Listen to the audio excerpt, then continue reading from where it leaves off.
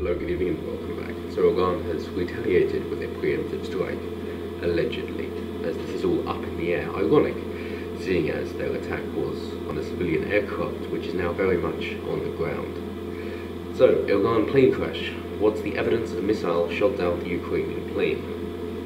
To sum it up, substantial. So, thanks for watching, I'll see you next time. Western countries say they have evidence that an Iranian missile shot down a Ukrainian plane close to Tehran airport on Wednesday. The video evidence they have contains two blips followed by a larger one, suggesting that there's two missiles being launched, Russian sold as you would expect in Iran, and then one of them causing the aircraft to blow up. They're saying, oh no, they've even got photos of one of the nose cones from the 12 missiles, and they're saying, well, no, it can't be that. Because if we look at the whole map from where they start, where the flight data ends at the crash site, and then given that the photos taken of the missile heads are supposed to be so far from the crash site, well, that wouldn't make sense. Except seeing as the way these missiles work is more of a shrapnel bomb, if you will, like a frag grenade, that they blow up in front of the aircraft, create a huge hailstorm of metal and shrapnel just to rip through the aircraft in order to take it out. That is flak, essentially. And therefore the nose cone with more guidance in it isn't meant to explode. It isn't a tipped warhead. It isn't supposed to crash into something and then explode, and therefore you have the explosives in the nose, and that impact would detonate it as it explodes from the body. And so the nose not fly very well after it loses the rest of its body and just drop down quite quickly, whereas the aircraft, depending on the damage, would most likely continue its trajectory at least slightly and therefore be quite a bit further away considering the speeds that they do travel at. So why might they have done this? Well, given that they have been on high alert very recently that the US might attack them again, given their recent missile strike, that was pre-warned with a notification to America saying, yes, we're going to attack this base, so you might want to get your guys out because we don't actually want to escalate it that much. So of course America did, and none of their troops were killed, just repairing the damage. And it seemed that everybody had done their bit and it was time to go. Iraq thought they'd had enough American presence. Trump could then say, well, we've done our job, we are therefore leaving, you don't want us, and we don't want to be in a war either, so let's call it quits and go our separate ways. But, seeing as they were now waiting for another drone to enter into their airspace, they found this passenger plane, didn't think to check, to do what would be expected when you're operating on this frequency, that you'd be saying your altitude and your location, and be giving those updates.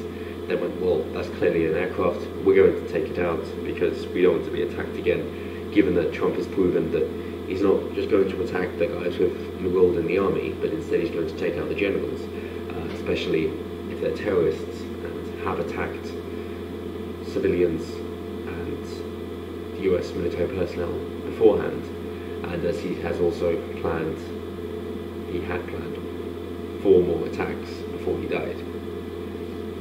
In which case, anybody high up in the Iranian army is subject to being attacked. But, moving on, the BBC is of course saying, oh, be wary because we can't say that because they're an enemy of the UK, so we should give them leniency. They have other evidences in terms of the black box, so that's the in-flight recorder, and the in-flight recorder should be able to give information, particularly towards the end of the flight, of course.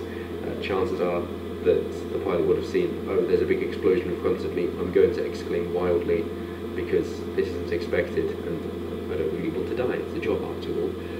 So some sort of screaming or exclamations would go some way to explain it. So instead of that black box, which is normally through independent investigations and an international affair because everybody actually wants to get to the bottom of this, Iran has taken upon itself the global right, which is that they have a black box as it was in their country, and they're not sharing that with anybody. saying that it could take up to 2 months to download data from the black boxes. And you might be thinking, oh, well, that's because they're a backward country, in which case you're right. But even France, that pretends it's civilized, took 2 years for a very particular investigation. And these kinds of things do happen, of shooting down aircraft which aren't meant to be shot down. Given that, they have some examples here, and why not remind ourselves of innocent people being killed by governments. In 2014, a Russian-made missile hit a Malaysian civilian airliner over Ukraine, killing 298 people. Very, very recent. An Iranian aircraft was shot down in Iraq in 1988 by a US Navy warship, USS Vincennes, killing 290 people. And in 1983, a Soviet fighter jet took down a Korean passenger plane after it was strayed into Soviet airspace.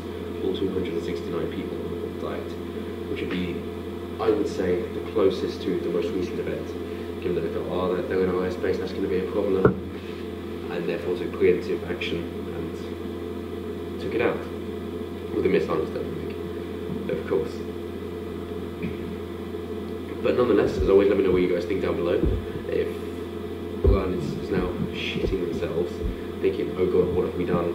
Let's be seen to find the appropriate people, or they're going to try and stand up to it, and they're just terrified that as much as they say they're looking forward to the afterlife and dying as martyrs, and they would love to do what Muhammad said, which was, oh, I would love to die as a martyr, come back, die as a martyr, come back, die as a martyr, and so on, that actually they quite value their life on this planet, and that's why you never have the leaders of suicide bombers leading by example.